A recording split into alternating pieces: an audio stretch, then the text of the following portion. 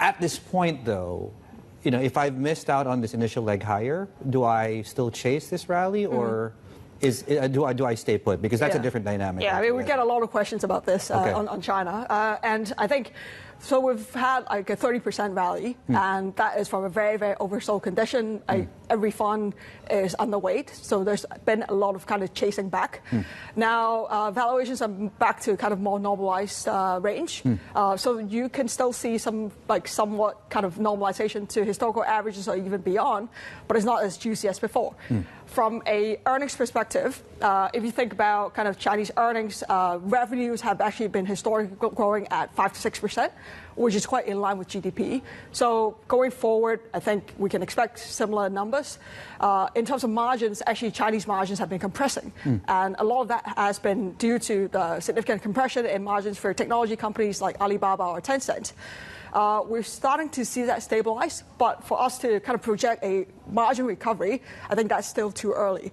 So if you combine the two in terms of revenue growth and margin not changing that much, then, I mean, going forward, you can expect kind of 5 to 6% or mid-single digits earnings growth for Chinese equities, which, if you compare with U.S. stocks, is still not particularly attractive, but at least it's not kind of, I think at least you're not seeing earnings kind of declining.